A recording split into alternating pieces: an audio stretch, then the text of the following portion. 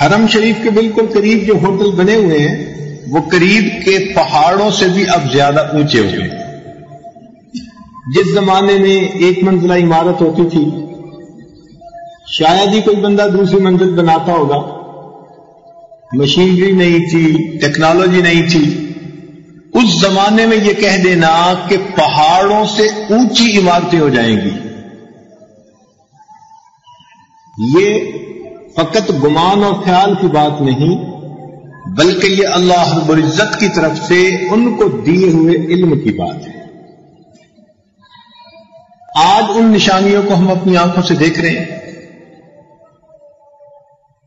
ایک اور روایت میں آتا ہے کہ نبی علیہ السلام لیٹے ہوئے تھے، بہت زور کی آندھی آئی تو ام المومنین میں سے کسی نے، امہات المومنین میں سے کسی نے یہ کہہ دیا کہ کہیں قیامت تو نہیں آ گئی. تو نبی علیہ السلام اٹھ کر بیٹھ گئے اور فرمایا کہ قیامت کیسے قائم ہو سکتی ہے جب تک کہ اہل عراق کا کھانا پینا ابھی بند نہیں کیا گیا اور عرب کی زمین ابھی سرسبز نہیں ہوئی. تو دو نشانیاں بتائیں. معلوم ہوا کہ یہ بھی ایک نشانی ہے کہ اہل عراق کے اوپر کھانا پینا بند کر دیا جائے. اور ہم نے پچھلے 8-10 سال میں کیا دیکھا، ایسی پابندیاں لگی اس جگہ پر کہ بھوکوں کو کھانا کھلانا تو دور کی بات، بیماروں کو دوا بھی نہیں پہنچائی جا سکتی تھی. پوری دنیا تماشا کر رہی تھی، دیکھ رہی تھی، مگر کسی میں ایسی ہمت نہیں تھی کہ ان بیماروں کو دوائی پہنچا سکیں، ان بھوکوں کو کھانا کھلا سکیں. اور دوسری بات کہ عرب کی زمین سرسبز نہیں ہوئی. اللہ اکبر. ایک وقت تھا کہ جب عرب کی زمین میں خشک زمین زیادہ تھی، پہاڑی یا ریتلی، سبزہ نہیں تھا. اب تو ماشاء اللہ وہاں پر زرعی انقلاب برپا کیا جا رہا ہے اور کچھ عرصہ سے سعودی عرب اپنی گندم کے معاملے میں خود کفیل ہو چکا ہے. بلکہ پچھلے 2-3 سال اس نے امداد کے طور پر پاکستان اور اس کے قریب کے ممالک میں گندم روانہ کی. اس قسم کی بہت ساری نشانیاں کتابوں میں ملتی ہیں. چنانچہ مختصر چند نشانیاں ذرا آپ بھی ذہن میں یاد کر لیں. فرمایا کہ جب معاشرے کے سب سے برے سب کے حاکم بن جائیں گے. اور آج دیکھیے، کرسی لینا یا کوئی دنیا کے اندر ممبری لینا وہ ایک شریف انسان کے بس کی بات ہی نہیں ہے. کیا لڑائی جھگڑے مصیبتیں. جو زیادہ اپنی ہمت طاقت دکھا سکتا ہے وہی ممبری لے گا. پھر فرمایا کہ جب دیہاتی لوگ شہروں میں آ کر بڑی بڑی کوٹھیاں بنا لیں گے. آج آپ دیکھیں ان کے جی 10 مربے اور ان کے 50 مربے اور ان کے 100 مربے، اور شہروں میں آ کے انہوں نے بڑی کوٹھیاں بنا لی. نشانیاں پوری. جب امانت کے مال کو غنیمت کا مال سمجھا جائے. آج آپ مکان کسی کو کرائے پہ دے کر دیکھیں، چند سال کے بعد وہ کہے گا یہ میرا ہے.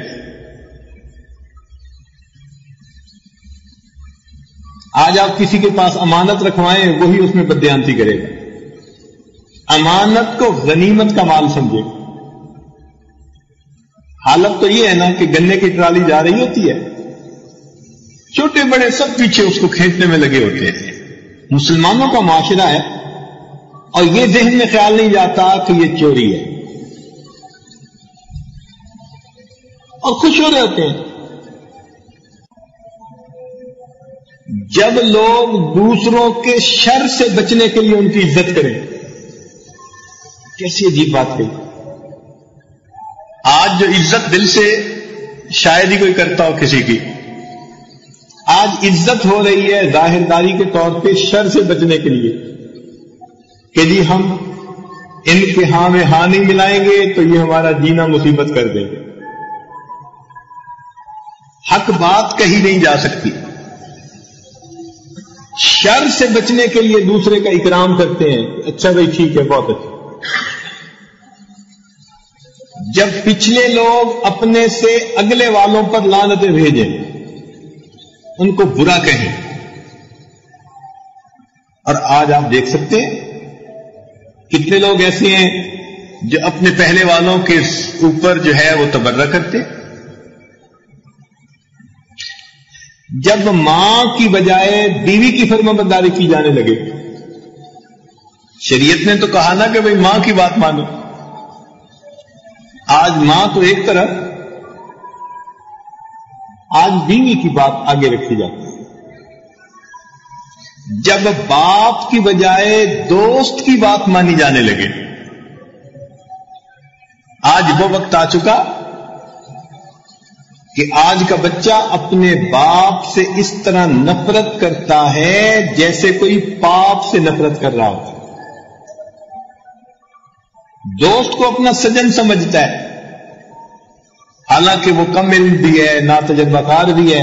اسی کے پیچھے چلے گا, اسی کا مشورہ لے گا, اور اپنے نیک اور دیندار باپ کو بھی اپنا دشمن سمجھے گا.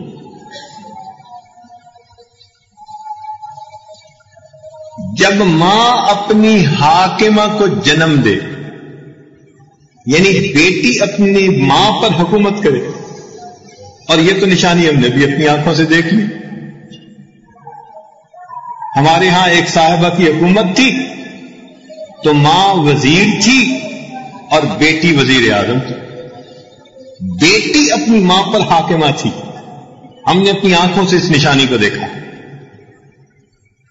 جب علماء اپنا ثانی نہ چھوڑے, یعنی ایسا کہت رجال کا دور ہو کہ جو عالم دنیا سے جائے تو اس جیسا کوئی دوسرا نظر نہ آئے.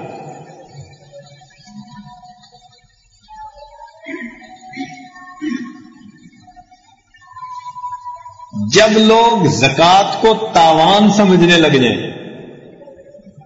اللہ تعالیٰ کا دیا ہوا مال ہے اور اس میں سے اللہ نے غریبوں کا حق متعین کیا, مگر زکوٰۃ بوجھ نظر آتی ہے.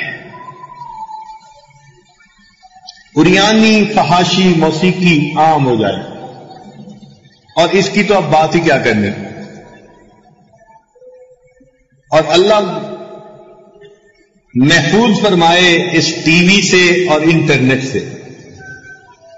اسی لیے یہ آج انٹرنیٹ کو انٹرنیٹ کہتے ہیں, یعنی انٹر انٹو دی نیٹ, جال میں تم داخل ہو جاؤ. 90 سال کا بوڑھا بھی آج انٹرنیٹ کی گندگی سے محفوظ نہیں. اس عمر کے بوڑھے بھی سکرین پہ بیٹھ کے گندی سکرینیں دیکھتے ہیں, ننگی فلمیں دیکھتے ہیں.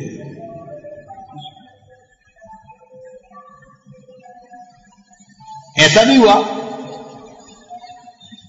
کہ ایک کمرے میں ماں انٹرنیٹ پر بیٹھی ہے, دوسرے میں بیٹا بیٹھا ہے, اور دونوں آپس میں محبت کی باتیں کر رہے ہیں, اور آخر پر جا کر پتہ چلتا ہے کہ وہ ماں اور بیٹے کا کنیکشن تھا.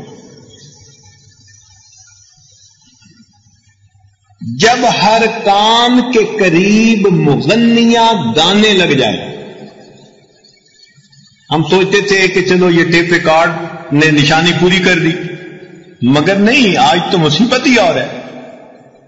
آپ نے اپنے بزنس کے لیے, کام کے لیے, دفتر کے لیے فون رکھا ہے, گھنٹی بجے گی, کام سے لگاؤ تو آپ کو آگے سے گانوں کی آوازیں ہیں. اور اب تو نئے سیٹ جو بن رہے ہیں ان میں ویسے ہی فلمی گانوں کی ٹونیں ہیں, دوسری ٹون ہے ہی نہیں. ہم نے طواف کرتے ہوئے دیکھا کہ قریب ایک نوجوان بچہ تھا, اس کے جو ہے ٹیلی فون کال آئی تو ایک انڈین گلوکارہ کی گانے کی آواز طواف کے دوران وہ سن رہا تھا. جب قرآن مجید پڑھنے والوں کا قرآن ان کے حلق سے نیچے نہ اترے, بس آواز تک ہے, بڑا بنا سنوار کے پڑھیں گے, دل پہ اس کا کوئی اثر نہیں ہوگا. جب مساجد میں شور غل عام ہو جائے اسلام کا نام رہ جائے، قرآن کا نشان رہ جائے۔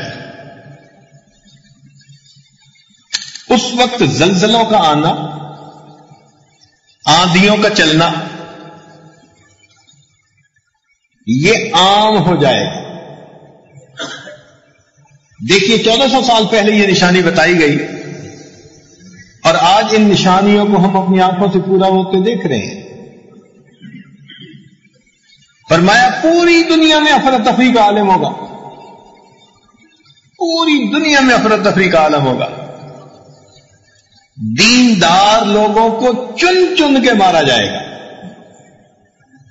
قیامت کی نشانی۔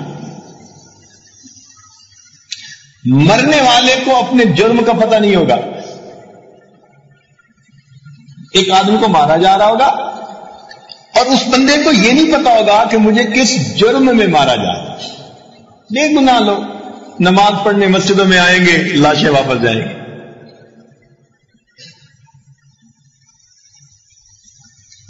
اور اس وقت میں چند نشانیاں اور بھی عجیب ہیں جو شاید ہمارے موجودہ حالات سے بہت قرب رکھتی ہیں۔ ایک نشانی فرمایا کہ ملک عرب کا بادشاہ مرے گا۔ ہم نے دیکھا چند دن پہلے ایک ملک عرب کا بادشاہ دنیا سے رخصت ہو گیا، دوسرے نے اس ملک کو سنبھال لیا۔ پھر جو رمضان آئے گا اس کی پہلی کو سورج گرہن لگے گا، اور یہ بات بھی ہو گئی۔ اس رمضان کی پہلی میں سورج گرہن لگا اور 15 کو چاند گرہن لگے گا، اور وہ بھی اب سائنسدانوں نے تصدیق کر دی کہ 15 کو چاند گرہن لگ رہا ہے۔ فرمایا اس دوران ایک آواز زمین سے برآمد ہوگی جو پوری دنیا میں سنی جائے گی۔ اب اس کی ایک تفصیل تو یہ ہو سکتی ہے کہ ظاہر آواز ہو، اور یہ بھی تو ہو سکتی ہے کہ جیسے یہ زلزلہ ہوا تو اب اس کی خبر، اس کی آواز پوری دنیا کے اندر گونج رہی ہے۔ تو فرمایا کہ یہ وہ نشانیاں ہیں، جب ہوں گی تو سمجھ لینا کہ اب قیامت بہت قریب ہے۔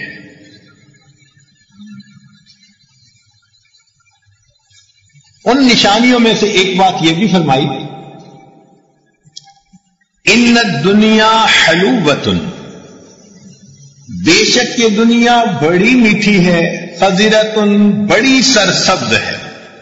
دو لفظ نبی علیہ السلام نے فرمائے اور دو لفظ میں پوری بات کہہ دی، سمندر کو کوزے میں بند کر کے دکھا دی، اس میں کوئی شک نہیں۔ یہ دنیا بڑی میٹھی، دل نہیں بھرتا بندے کا۔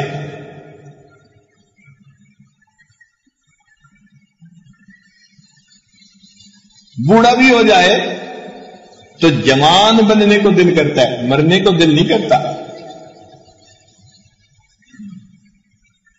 کہتے ہیں جی ابھی تو میں جوان ہوں، نہیں، کہتے ہیں ابھی میں نوجوان ہوں۔ ایسا دنیا کا چسکا ہے دل میں کہ جس بندے کو پوچھو وہی کہے گا جی ایک شادی ہو گئی اب دوسری اور ہو گئی۔ اجتماع میں اس ساجد کے منہ سے نکل گیا کہ بھائی 99% مردوں کے دل میں دوسری شادی کی تمنا ہوتی ہے، تو بعد میں پھر دوستوں نے آ کے کہا حضرت 100% ٹھیک بات ہے، جو کنوارے ہیں وہ پہلی شادی کی سوچ میں ہیں اور جن کی شادی ہو چکی وہ دوسری شادی کے سوچ میں۔ بیٹے کا نکاح ہو رہا ہوتا ہے، ہر باپ کا دل چاہ رہا ہوتا ہے کہ کاش میرا بھی نکاح ساتھ ہو۔ میٹھی ہے یہ دنیا، جیسے میٹھی چیز کھانے سے دل نہیں نہ بھرتا، بھر بھر کے ایک آئس کریم کھا لی تو پھر دوسری پھر کھانے کو دل کرتا ہے۔ بالکل یہی حال انسان کی آرزوؤں کا اور تمناؤں کا، دل نہیں بھرتا اس کو۔ ایک دکان مل گئی اب دل کرتا ہے کہ ایک اور مل جائے، ایک مکان مل گیا اب دل کرتا ہے ایک اور مل جائے، ایک گاڑی مل گئی دل کرتا ہے نہیں بچوں کے لیے الگ گاڑی مل۔ ان تمناؤں کی کوئی حد نہیں ہے. ایسی میٹھی ہے یہ دنیا کہ دل چاہتے ہیں کہ بس اس دنیا کو انسان اس سے لطف اٹھاتا ہی چلا جائے. خضیرۃن سرسبز ہے. کتنا پیارا لفظ استعمال فرمایا کہ خوبصورت اور سرسبز منظر کو دیکھنے کو دل چاہتا ہے. اور دنیا کا بھی یہی حال. ذرا باہر نکلو چار دیواری سے, آنکھیں تو نیچے ہوتی ہی نہیں. انسانوں کی شکلیں دیکھنے کو دل کرے گا, ان کے کپڑے دیکھنے کو دل کرے گا, دکانیں دیکھنے کو دل کرے گا, مکان دیکھنے کو دل کرے گا. آج کے دور کی ایک مصیبت آنکھوں کو نیچے کرنا, ہوتی نہیں آنکھیں, کھلی کی کھلی رہ جاتی. فرمایا اللہ تعالی نے تمہیں اس دنیا میں اگلوں کا جانشین بنایا, یعنی تم سے پہلے تمہارے پردادا, دادا, والد وہ اس دنیا میں زندگی گزار گئے. آج تم ان کے جانشین ہو, آج تم ان گھروں میں زندگی گزار رہے ہو. یہ زمینیں کبھی تمہارے باپ دادا کے پاس تھیں, آج تمہارے پاس ہیں. یہ مکان ان کے پاس تھے, آج تمہارے پاس ہیں. یہ فیکٹریاں, یہ کاروبار وہ چلاتے گئے, آج تم چلا رہے ہو. تم اپنے بڑوں کے نائب بنے ہو. اللہ نے تمہیں کس لیے بنایا؟ فناظر کیف تعملون, یہ دیکھنے کے لیے کہ تم عمل کیسے کرتے ہو. تمہیں اس لیے ولی عہد نہیں بنایا اپنے گھر میں کہ تم مزے اڑاؤ, بلکہ اب تم کیسی زندگی گزارتے ہو, اللہ تعالیٰ کی نعمتوں کا شکر ادا کرتے ہو, آخرت کی تیاری کرتے ہو, یا اسی کمینی دنیا پر فریفتہ ہو کے بیٹھ جاتے ہیں. ایک حدیث پاک میں فرمایا کہ دنیا کی مثال ایسی ہے کہ جیسے بارش ہو اور اس کے بعد خوب کھیتی ہو جائے, سرسبز, ہر طرف گھاس ہو. دو جانور ہیں, ایک جانور پھر کھانے لگتا ہے اور کھا کھا کھا کے اتنا کھاتا ہے کہ بدہضمی ہو جاتی ہے, بیمار ہو جاتا ہے. اور دوسرا جانور وہ ہے جو سمجھتا ہے کہ اگرچہ سبزہ تو بہت ہے مگر وہ بقدر ضرورت کھاتا ہے, پھر بیٹھ کے جگالی کرتا ہے, پھر کھاتا ہے, پھر جگالی کرتا ہے. تو فرمایا کہ پہلا بیمار ہو گیا اور دوسرا صحت مند رہا. یہی تمہاری اور دنیا کی مثال ہے. تم میں سے کچھ لوگ ایسے ہیں جو دنیا کے پیچھے بھاگ رہے اور ان کا دل کی تمنا رکتی نہیں, کہیں دل بھرتا نہیں. جتنا مل رہا ہے اور لینے کی تمنا, اور پانے کی تمنا. آپ اندازہ کریں کئی گھروں میں جتنے گھر کے لوگ ہیں, مرد اور عورتیں, سب کے سب نوکریاں کرتی ہیں, پھر ان کے بھی خرچے پورے نہیں.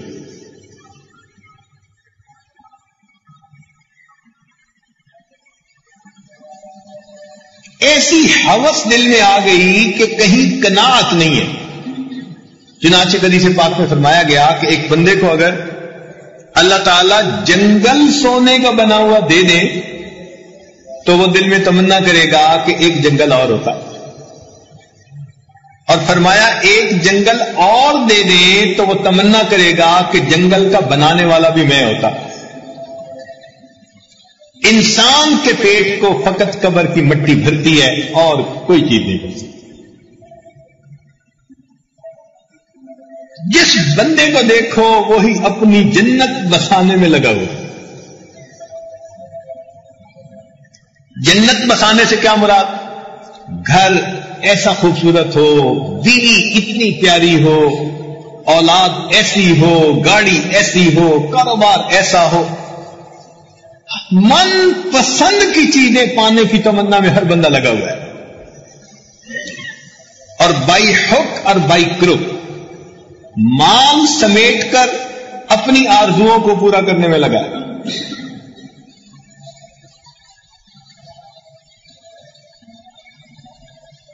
آج کے دور کی سب سے بڑی بیماری پتہ کیا ہے؟ دنیا طلبی. اسی لیے ہمارے مشائخ نے کہا کہ یہ دنیا جادوگر نہیں ہے.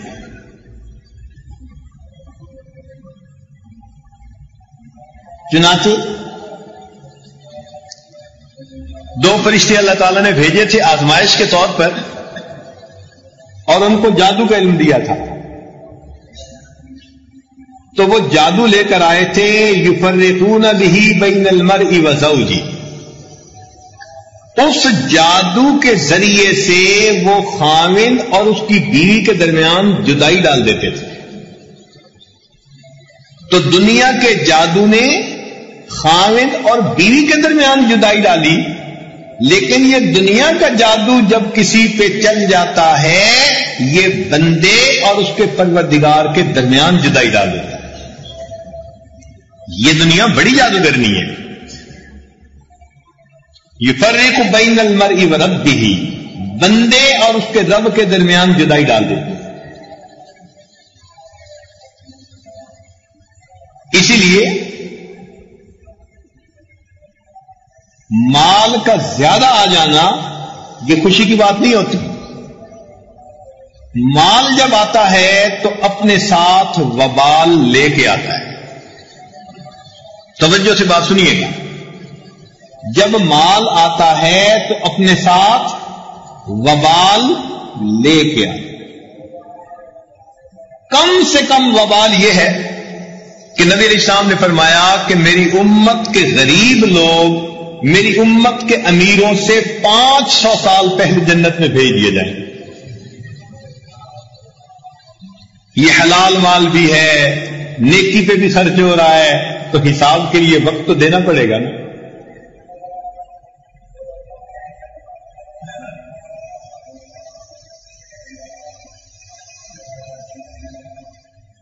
تو آج کی سب سے بڑی بیماری، ہر بندہ چاہتا ہے یا لیت لنا مثل ما اوتی قارون، اے کاش ہمارے پاس اتنا کچھ ہوتا جتنا قارون کے پاس تھا. تو قارون کا کیا نتیجہ نکلا؟ بالآخر اپنے خزانوں سمیت زمین کے اندر دفن کر دیا.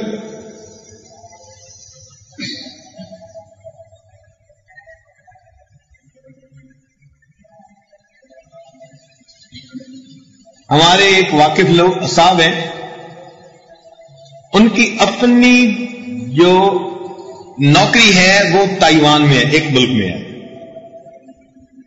اور ان کی بیوی کی نوکری یہاں اسلام آباد میں ہے، اور ان کی بیٹی جرمنی میں پڑھ رہی ہے اور ان کا بیٹا امریکہ میں پڑھ رہا ہے. گھر کے 4 بندے ہیں، چاروں الگ الگ ملک میں. کئی سالوں کے بعد ایک دوسرے کے ساتھ مل بیٹھنے کی توفیق ملتی ہے، وہ بھی 1 ہفتہ کے لیے ملتے ہیں پھر الگ ہو جاتے ہیں. کیا دنیا کا نشہ ہے. گھر کے 4 بندوں کو مل کر زندگی گزارنے کی توفیق ملی، حالانکہ اس میں سے ایک باپ کی تنخواہ اتنی ہے کہ ہمارے حساب سے وہ 40 گھروں کو پال سکتا ہے، اتنی تنخواہ ہے. بیوی کی تنخواہ اتنی ہے کم از کم 20 گھرانوں کو پال سکتی ہے. یہ دنیا طلبی بہت بڑی بیماری ہے. اس لیے دنیا کے بارے میں 3 باتیں یاد رکھنا کہ یہ آنکھوں کو بھاتی ہے، اچھی لگتی ہے، اور اس سے کسی کا جی نہیں بھرتا اور اس کو چھوڑنے کو کسی کا دل نہیں کرتا. ہمارے ایک صاحب تھے، کہنے لگے جی میرے دادا جان نماز نہیں پڑھتے، عمر 85 سال ہو گئی، آپ انہیں کچھ نصیحت کر دیں.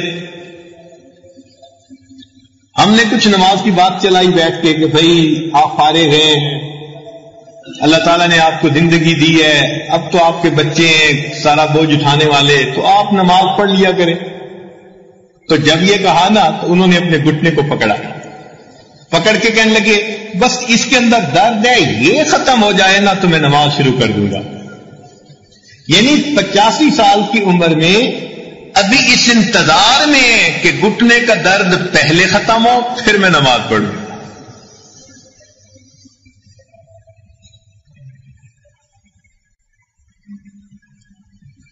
تو یہ دنیا بندے اور اپنے اس کے پروردگار کے درمیان فرق ڈال دیتی ہے. اور میرے دوست، لِكُلِّ شَيْءٍ إِذَا فَارَقْتَهُ عِوَضُ وَلَيْسَ لِلَّهِ إِنْ فَارَقْتَ مِنْ عِوَضِ. دنیا میں کوئی چیز تجھ سے جدا ہو جائے تو تیرے لیے اس کا کوئی نہ کوئی بدل موجود ہے، لیکن اے دوست اگر تو اللہ سے دور ہو گیا تو تیرے پاس اللہ کا بدل کوئی موجود ہے. اس لیے اس دنیا کو خوبصورت سانپ کہا گیا. خواجہ فرید بن عطار رحمۃ اللہ علیہ فرماتے ہیں زہر دارت در دروں دنیا چمار گرچہ بینی ظاہرش نقشو نگار زہر ای مارے منقش قاتل است باشد از وے دور ہر کو عاقل. کہ یہ دنیا سانپ کی طرح اپنے اندر زہر رکھتی ہے مگر ظاہر میں سانپ کی طرح بڑی سجی ہوئی ہے. اہل دنیا کی سجاوٹ پہ نہ جا یہ منقش سانپ ہے ڈس جائے گا. سانپ ڈس لیتا ہے، دنیا بھی ڈس لیتی ہے. سانپ کا سر پورے جسم میں پھیل کر اس کو بے جان بنا دیتا ہے. دنیا کی محبت پورے جسم میں رچ بس کر انسان کو روحانی طور پر بے جان بنا دیتی ہے. ہم نے دیکھا کہ کچھ لوگوں کو سانپ کا منتر آتا ہے، وہ سانپ کے دانت توڑ دیتے ہیں اور ایسا منتر آتا ہے کہ سانپ ان کو کچھ نہیں کہہ سکتا. ان کو سپیرے کہتے ہیں. وہ سانپ کو اپنی پوٹلی میں لیے پھرتے ہیں، ہاتھ میں لیتے ہیں، گلے میں ڈالتے ہیں، سانپ ان کو کچھ نہیں کہتا. اسی طرح اللہ والے وہ بھی دنیا کے منتر کو سیکھ لیتے ہیں تو اس کے بعد پھر یہ دنیا ان لوگوں کو کوئی نقصان نہیں پہنچاتی. صحابہ رضی اللہ تعالیٰ عنہم نے نبی علیہ الصلوۃ والسلام کی صحبت مبارکہ میں رہ کر اس دنیا کا منتر سیکھ لیا تھا. اسی لیے ان کے سامنے سونے چاندی کے خزانے ہوتے تھے اور وہ فرماتے تھے تہجد کی نماز پڑھ کر یا سفرا یا بیضا غر غیری، اے سونے اے چاندی میرے غیر کو دھوکہ دے، میں تیرے دھوکے میں آنے والا نہیں. چنانچہ عوام الناس تو یہ سمجھتے ہیں کہ صحابہ کرام کی بڑی کرامت یہ ہے کہ انہوں نے ایک جگہ پر دریا میں گھوڑے ڈال دیے اور ان کے گھوڑے سلامت نکل گئے. لیکن اہل علم حضرات کے نزدیک صحابہ کرام کی اس سے بڑی کرامت وہ یہ ہے کہ جب فتوحات کا دور چلا اور فارس اور روم کے خزانے ان کے قدموں میں لا دیے گئے، سونے چاندی کے ڈھیر مال غنیمت کے سامنے ان کے لگ جاتے تھے، ان کے سامنے دنیا کے دریا بہے، وہ اس دریا میں سے اپنے ایمان کو سلامت لے کر نکل گئے. یہ ان کی بڑی کرامت ہے. آج کیا کہتے ہیں وہ جی آخر کمانا بھی تو فرض ہے نا. جب بھی بات کریں نا کسی سے فوراً اور یہ آخر کمانا بھی تو فرض ہے. اب دو جواب، بھئی فرض تو ہے لیکن اس فرض کا کیا مطلب کہ اس کے پیچھے نمازیں قضا کر دیں، اس کے پیچھے حکم خدا کو چھوڑ دیں، باقی اعمال کا کوئی خیال نہیں کرنا. بلکہ کتاب میں پڑھا کہ مولانا یوسف رحمۃ اللہ علیہ رئیس التبلیغ جو تھے، ایک موقع پر وہ یوں فرمانے لگے کہ لوگ کہتے ہیں کہ دنیا کمانا فرض ہے اور میں کہتا ہوں کہ ان دنیا داروں کے لیے دنیا کمانا حرام ہے. اور پھر اس کی دلیل دی، فرمایا اس لیے کہ ابھی تمہیں حرام اور حلال کے مسائل کا پتہ نہیں، جائز ناجائز کے مسائل کا پتہ نہیں. اس بے علمی میں جب دنیا کماؤ گے تو دنیا کمانا تمہارے لیے فرض نہیں، تمہارے لیے حرام ہوگا. پہلے دین سیکھو پھر دنیا میں ہاتھ ڈالو. اس دنیا میں انسان کی 5 منزلیں، ذرا توجہ سے بات سنیے گا. پہلی منزل ماں کا پیٹ. بچہ پیدا ہوتا ہے، 9 مہینے ماں کے پیٹ میں رہتا ہے. اتنی تنگ جگہ میں وہ اپنا وقت گزارتا ہے. یہ اس کی زندگی کا پہلا دور ہے. اس میں بھی کچھ شعور ہوتا ہے. چنانچہ آج سونوگرافی کے ذریعے سے یہ پتہ کر لیا گیا کہ 18 ہفتے گزرنے کے بعد ہر بچے کے اندر شعور آنا شروع ہوتا ہے اور وہ ہونے والے جو باہر کے معاملات ہیں نا اپنی ماں کی بات اس کا اثر لینا قبول جو ہے وہ شروع کر دیتا ہے. اس کا دماغ میسج لینے وصول کرنے شروع کر دیتا ہے. لوگ کہتے ہیں جی ماں کی گود بچے کا پہلا مدرسہ. نہیں، ماں کا پیٹ بچے کا پہلا مدرسہ. اس لیے ہمارے بڑے جو تھے نا وہ اپنی بیویوں کو حکم دیتے تھے کہ حاملہ ہونے کی حالت میں کوئی مشتبہ لقمہ بھی منہ میں نہ جائے، ایسا نہ ہو کہ اس کا اثر بھی بچے پہ پڑ جائے.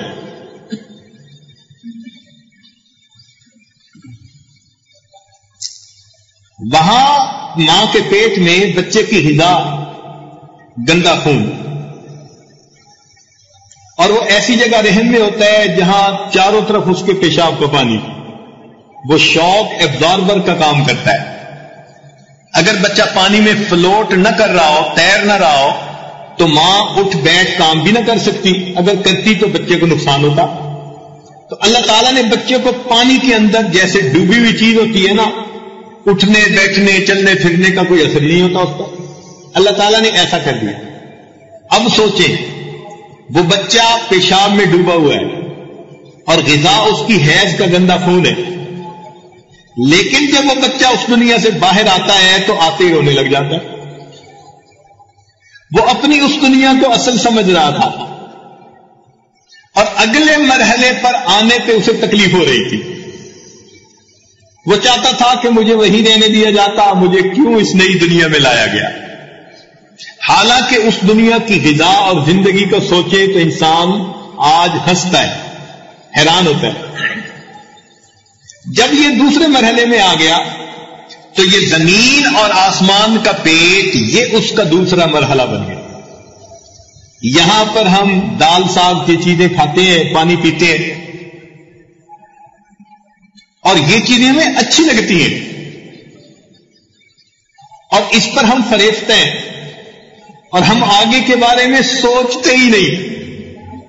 پھر ہماری وہی مثال جیسے بچے کی کہ وہ ماں کے رحم کو اپنی اصل جگہ سمجھ رہا ہے اور آگے جاتے ہوئے رو رہا ہے. اور بندے کا اس دنیا میں بھی یہی ہے. چنانچہ اس کی آرزوئیں، اس کی تمنائیں اس دنیا میں ایسی ہوتی ہیں کہ جب آگے جائے گا تو ان آرزوؤں پر اسے شرم آئے گی. چنانچہ ایک بڑے شاعر ہیں، ان کا بیٹا جوان ہو گیا. انہوں نے بیٹے کی دعوت کی خوشی میں اور اس کے دوستوں کو اور اپنے دوستوں کو سب کو بلایا. اور جب بھری دعوت کا وقت تھا نا، اس وقت انہوں نے اپنے اس جوان بیٹے کو ایک عجیب سا کھلونا پیش کیا سب لوگوں کے سامنے. کہا کہ جی میں اپنے بچے کو یہ کھلونا پیش کرتا ہوں. اب باپ جوان بیٹے کو ایسا مزہ کا خیز اگر کھلونا پیش کرے تو سب مذاق اڑائیں گے. چنانچہ سب خوب ہنسے. جب واپس گھر آئے تو بیٹے نے بڑے ہی زیادہ دکھ سے کہا کہ ابو آپ نے تو آج سب لوگوں میں مجھے رسوا کر دیا. مجھے کوئی گفٹ دینا تھا تو میرے حساب کا دیتے، یہ گفٹ دیا. ان کا بیٹے میں نے تجھے آج ایک نصیحت کی ہے. ابو اس میں کیا نصیحت ہے؟ فرمایا بیٹے تو ایک مرتبہ چھوٹا تھا، بچہ تھا، اور تو نے اسی کھلونے کی مجھ سے فرمائش کی تھی اور یہ کھلونا مجھے مل نہیں سکا تھا تو 2-3 دن مجھ سے بولنا بند کر گیا تھا. اتنا خفا تھا، بولتا ہی نہیں تھا. آج میں نے جب تمہارے دوستوں کے سامنے تمہیں وہ کھلونا پیش کیا تو ایسی بچگانہ خواہش کے اوپر تیرے دوست بھی ہنسے اور تو بھی بہت پریشان ہوا. میں تمہیں سبق دینا چاہتا تھا کہ بچے، جس تمنا پر اپنے بچپن میں تو اتنا دکھی کہ مجھ سے 3 دن نہیں بولا، آج جوانی میں جب تیرے سامنے وہ کھلونا پیش ہوا تجھے خود اس تمنا پر ہنسی آتی تھی. میں تمہیں سمجھانا چاہتا تھا کہ بیٹے اس دنیا کے اندر اپنی کوئی تمنا ایسی نہ بنانا، کل قیامت کے دن جب سب کے سامنے پیش ہو تو ساری دنیا تیرا مذاق اڑا. دنیا میں یہ اس کی تمنائیں تھی، ان سوچوں میں زندگی گزارتا تھا، ان خیالات میں ہر وقت یہ پڑا رہتا تھا.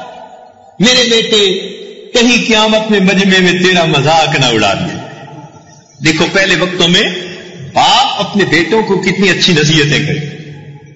حدیث پاک کا مفہوم ہے کہ جنت میں اللہ تعالیٰ ایسی غذائیں عطا فرمائے گا کہ جب جنتی لوگ ان غذاؤں کو کھائیں گے تو دنیا کی غذا کا تصور کر کے ان کو یوں برا لگے گا جیسے کہ انسان کو کوئی گندگی کا تصور کر کے برا لگتا ہے. مثلاً آج بچے کو کہیں کہ ماں کے پیٹ میں تو پیشاب کے اندر ڈوبا ہوا ہوتا تھا تو کتنی کراہت ہوتی ہے. تو جیسے آج پہلے دور کی حالت کو سوچ کر کراہت ہوتی ہے، اسی طرح جنت میں جا کر انسان کو اس دنیا کی زندگی کے حالات پر کراہت ہوگی. اور حالت یہ ہے کہ آج ہم اس کے اوپر مٹے جا رہے ہیں اور اس کو کمانے کے لیے حکم خدا کو بھی توڑتے چلے جا رہے ہیں. پھر زمین و آسمان کے پیٹ سے نکل کر ہم قبر کے پیٹ میں جائیں گے.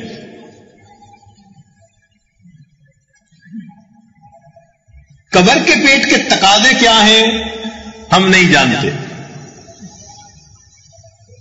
وہاں فقط 3 باتیں پوچھی جائیں گی: من ربک، ما دینک، من نبیک.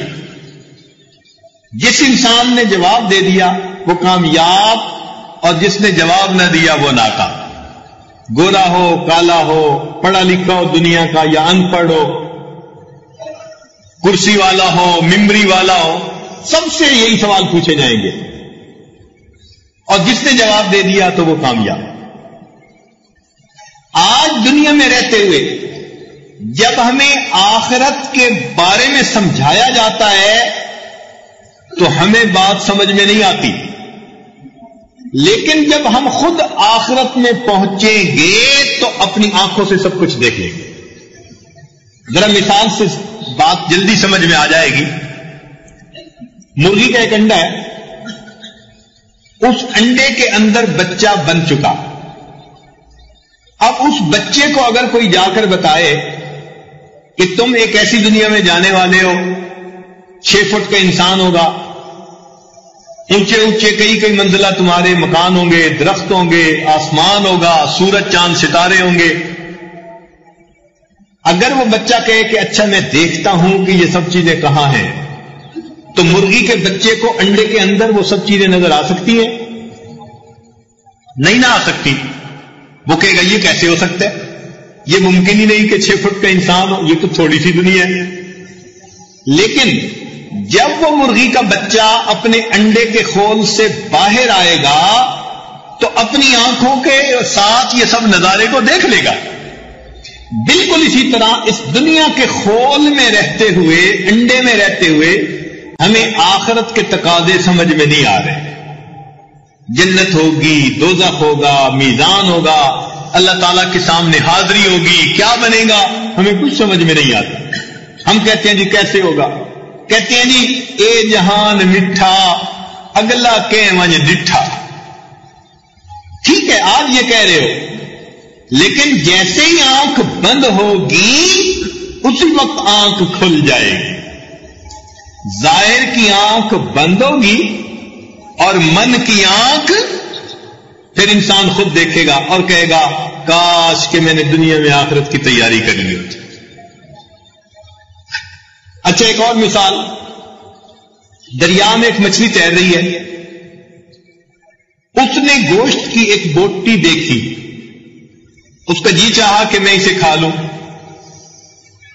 ایک بڑی مچھلی قریب تھی، اس نے اس کو سمجھایا کہ دیکھو اس بوٹی کے پیچھے ایک کنڈی ہے اور کنڈی کے ساتھ تار ہے جو ایک شکاری کے ہاتھ میں ہے. جیسے ہی تم یہ بوٹی کھانے لگو گی تو یہ تمہارے حلق میں پھنس جائے گی، یہ کانٹا پھنس جائے گا، شکاری تمہیں کھینچ لے گا، گھر لے جائے گا، تمہیں آگ پہ پکائے گا، کھائے گا، تم اس سے باز آ جاؤ، اس کے قریب بھی نہ جاؤ۔ اگر وہ مچھلی کہے کہ اچھا میں دیکھتی ہوں کہ یہ سب چیزیں کہاں ہیں، اب وہ پورے دریا کا چکر لگائے تو اسے شکاری نظر آ جائے گا، شکاری کی چھری نظر آئے گی، شکاری کی بیوی نظر آئے گی، چولہا نظر آئے گا، کچھ نظر نہیں آئے گا اسے، فقط ماننے کا کام ہے۔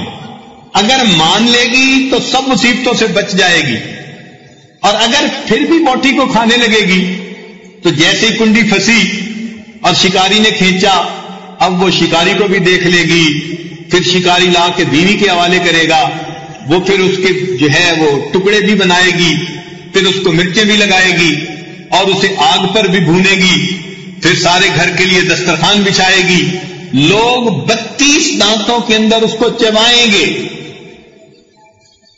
یہ سارے معاملات کو پھر وہ خود دیکھ لے گی۔ ہمارا حال یہی ہے۔ آج ہمیں اہل اللہ واضح کر کے کھول کے بتا رہے ہیں کہ لوگوں اپنے آخرت کے تقاضے کو یاد کرو، ہمیں یاد نہیں آتا، ہم لگے ہوئے ہیں دنیا کے پیچھے، اس کو دھوکہ دو، پیسہ سمیٹو، اس کو تم جو ہے نا کسی طرح سے بے وقوف بناؤ، اس کا یہ کرو، اس کا یہ کرو، اپنی آخرت کو برباد کرنے میں لگے ہیں، اور پتہ اتنا نہیں کہ چند منٹ کے بعد کیا ہونا۔ اب جو زلزلہ آیا تو لاکھوں لوگوں کو پتا تھا کہ چند منٹ کے اندر ہمارے ساتھ کیا کچھ ہو جائے گا، کسی کو پتا نہیں تھا۔ کتنے گھرانے ہیں جن میں سے ایک انسان بچا اور باقی سارے کے سارے دنیا سے چلے گئے۔ ہمارے ایک دوست عالم ہیں، ان کے اپنے برادری کے لوگوں میں سے 300 آدمی فوت ہو گئے۔ جس برادری میں ایک بندہ فوت ہوتا ہے کیا حالت ہوتی ہے؟ ان کے خاندان کے 300 بندے فوت ہو گئے، دل پہ کیا گزر رہی ہوگی۔ اور ہمارا حال دیکھو کہ اخباروں میں خبریں پڑھتے ہیں، پھر گناہوں سے بات نہیں آتی، پھر ہماری نظر پاک نہیں، پھر زبان پہ سچ نہیں، پھر زندگی نہیں بدلتے، ہمیں یہ احساس ہی نہیں کہ کل کو ہمارے ساتھ بھی کوئی ایسا معاملہ پیش آ سکتا۔ یہ دنیا کا جادو چلا ہوا ہے۔ جیسے لوگ کہہ دیتے ہیں نا جی فلاں پہ اثر ہو گیا ہے، تو یقین کرو کہ اب دنیا کا ہم پہ اثر ہو چکا ہے، ایسا کہ نہ خدا یاد آتا ہے نہ ہمیں آخرت یاد آتی، الا ماشاء اللہ، وگرنہ تو اس سے عبرت پکڑ کے ہم اپنی زندگی کو بدلنے کی کوشش کرتے ہیں۔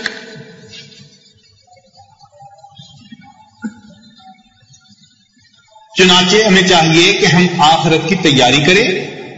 قرآن مجید میں اللہ تعالی ارشاد فرماتے ہیں وَتَزَوَّدُوا فَإِنَّ خَيْرَ الزَّادِ التَّقْوَىٰ، اور تم اپنے سامان سفر کی تیاری کر لو، اور تقویٰ ہی بہترین سامان سفر ہے۔ تقویٰ کا مطلب پرہیزگاری، نیکوکاری۔ میرے دوستو سفر لمبا ہے، توشہ لے لو، اس کے بغیر یہ سفر ہمارا نہیں کٹے گا۔ ہماری حالت انہی لوگوں کی ہے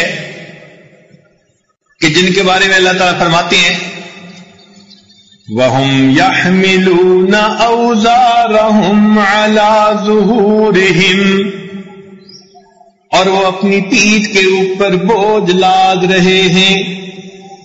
فلاں کی غیبت کر لی، اپنی پیٹھ کا بوجھ بڑھا لیا، فلاں سے جھوٹ بولا، پیٹھ کا بوجھ بڑھا لیا، اللہ کے حکموں کی نافرمانی کی، نماز چھوڑ دی، پیٹھ کا بوجھ بڑھا لیا۔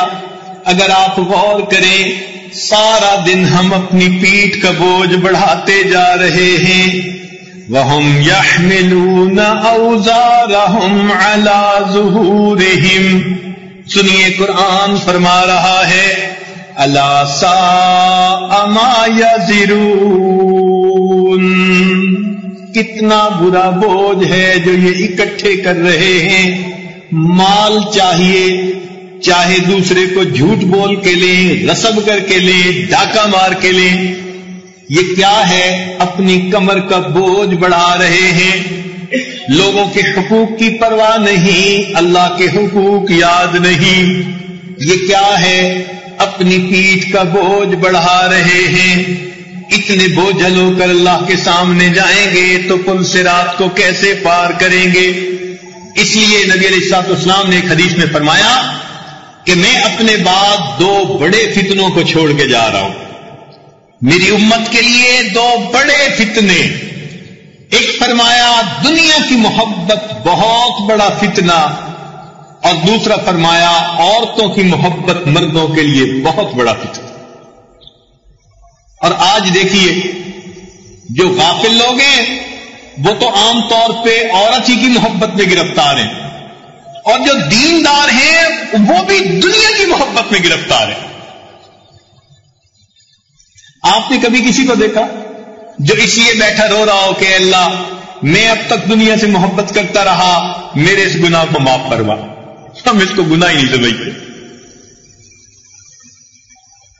آخرت کی محبت ہو اور دنیا سے انسان کا دل کٹا ہو، یہ عقل مندی کی نشانی ہے۔ التجافی عن دار الغرور والانابۃ الی دار الخلود واستعداد للموت قبل نزوله۔ چنانچہ ابو ذر رضی اللہ عنہ فرماتے ہیں کہ نبی علیہ الصلوۃ والسلام نے مجھے ارشاد فرمایا، ابو ذر اپنے عمل کو خالص کر کے لے جانا، اس لیے کہ دیکھنے والا بڑا باریک بین ہے۔ اے ابو ذر اپنے عمل کو خالص کر کے لے جانا، اس لیے کہ وہ دیکھنے والا بڑا باریک بین ہے۔ وہ ہمارے عمل کے اندر اخلاص کو دیکھے گا، اس لیے یہ دعا مانگنی چاہیے۔ حدیث پاک میں بتلائی گئی کہ اللہ اسألک نفسا بک مطمئنا تؤمن بلقائک، اے اللہ میں آپ سے ایسا نفس مانگتا ہوں جو آپ کے ساتھ مطمئن ہو، آپ سے راضی ہو، آپ سے خوش ہو، آپ کی یاد میں خوش ہو، آپ کے حکم پہ عمل کر کے خوش ہو، آپ کے تذکرے سے خوش ہو، بس آپ کی محبت میں اس کی زندگی گزرنے والی ہو، حتیٰ کہ تؤمن بلقائک، اللہ تیری ملاقات کے اوپر اس کا ایمان پکا ہو، ہر وقت اس کے ذہن میں ہو۔ آج کسی بھی بندے کو صدر صاحب کوئی بلا لے کہ یہ ملاقات کے لیے آؤ تو وہ ابھی سے تیاری شروع کر دے گا، اس دن میں یہ کپڑے پہن کے جاؤں گا اور میں یہ بات کروں گا اور یہ کروں گا، اور تیاری میں لگا ہوگا۔ ارے اللہ رب العزت نے ہمیں بھی اپنی ملاقات کے لیے اکٹھا کرنا ہے۔ یا ایھا الانسان انک کادح الی ربک کدحا فملاقی، تم نے اوپر چڑھنا ہے اور ایک دن اپنے رب کے سامنے پیش ہونا ہے۔ اور اللہ تعالیٰ کے سامنے پیشی 2 طرح سے ہوگی، یاد رکھیے، یا تو دوست کی طرح پیشی ہوگی یا پھر مجرم کی طرح پیشی۔ اب ہم اللہ تعالیٰ کے سامنے دوست بن کے جانا چاہتے ہیں یا دشمن بن؟ دیکھیے، ایک تو وہ بھی استقبال ہوتا ہے کہ خامن 2-4 سال کے بعد باہر ملک سے گھر واپس آیا، اب گھر والے سارے کے سارے، کیا چھوٹے بڑے، بیوی بچے، گھر صفا، کھانے بنے، اور اس کے ساتھ مل بیٹھنے کے لیے سب جو ہے مشتاق ہیں، اور اس کا گھر میں محبتوں بھرا استقبال ہوتا ہے۔ بالکل اسی طرح مومن کا قیامت کے دن استقبال ہوگا۔ اور ایک دوسرا استقبال اس طرح ہوتا ہے کہ پولیس کو اطلاع ملتی ہے فلاں مجرم پکڑا گیا، اور وہ بھی اپنے جوتے ڈنڈے تیار کر کے بیٹھے ہوتے ہیں، ہتھکڑیاں لے کے کہ آنے دو اسے ہمارے پاس۔ یاد رکھیے، دنیا کی پولیس اپنے سپاہی بھیج کے ملزم کو گرفتار کرواتی ہے، اللہ رب العزت اس دنیا کے مجرم کو اپنے بندے بھیج کے کندھوں پہ اٹھا کے گرفتار کرواتے ہیں۔ یہ جو اپنے رشتہ دار ہوتے ہیں نا، سب کندھے پہ لے جا کے حوالے کر کے آ جاتے ہیں، حوالے رب دے، لے او یار حوالے رب۔ آگے بھی پھر فرشتے تیار بیٹھے ہوتے ہیں۔ اچھا، اس لیے زمین کہتی ہے، اے بندے، جتنے لوگ میری پیٹھ پہ چلتے تھے مجھے سب سے زیادہ بغض تجھ سے تھا، تو میرے اندر آیا، دیکھ میں آج تیرا حشر کیسے کرتا۔ اب تو گھبرا کہ یہ کہتے ہیں کہ مر جائیں گے، مر کے بھی چین